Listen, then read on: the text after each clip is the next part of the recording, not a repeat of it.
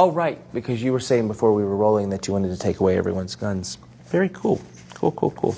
Hillary Clinton's interview on Funny or Die's tongue-in-cheek talk show Between Two Ferns was awkward by design. It was an appearance designed to improve her image with young voters. I really regret doing this. What Clinton probably regrets is that she's not been able to excite the younger set the way President Obama did in 2008. God bless the United States of America. And the way Bernie Sanders did in the primaries. That had us ahead of her. After some recent polls that show Clinton slipping in her support among young people, her campaign's sending out big gun surrogates to college campuses to try to raise enthusiasm for her. At this point, 18 to 34-year-olds aren't that interested in this election, especially compared to all other age groups. Only half expressed a high level of interest compared to 80% of people over age 65. That might mean these young people are less likely to vote. Or it could mean they've made up their mind already and will go to the polls on Election Day. In both Clinton and Trump's campaign calculus, so-called millennials are a force to be reckoned with. On November 8th, you shouldn't relax. You should get all of your friends to vote. You know that, right? The title of this season is Survivor, Millennials versus Gen X.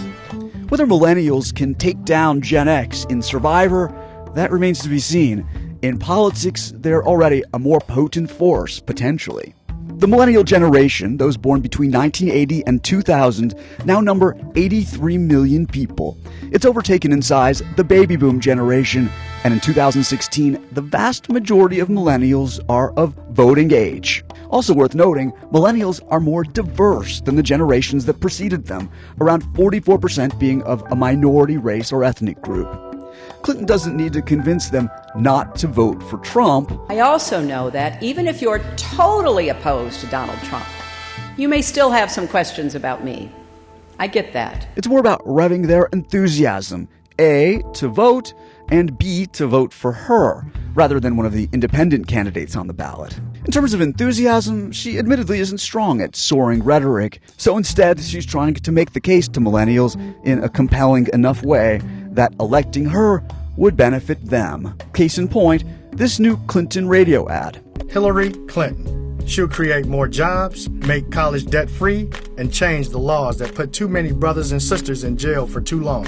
Clinton's biggest chance yet to woo the millennials comes Monday at the first presidential debate at Hofstra University. What happens if you become pregnant? Are we going to be stuck with Tim Kaine for 9 months? How does this work? I could send you some pamphlets that might help you understand. They're awkward, could be funny, for the wrong reason. Believe me, there's plenty of subject matter right there. That I can tell you. And she needs to reason with young voters that there's a lot at stake for them. They could decide this election. That's today's campaign calculus.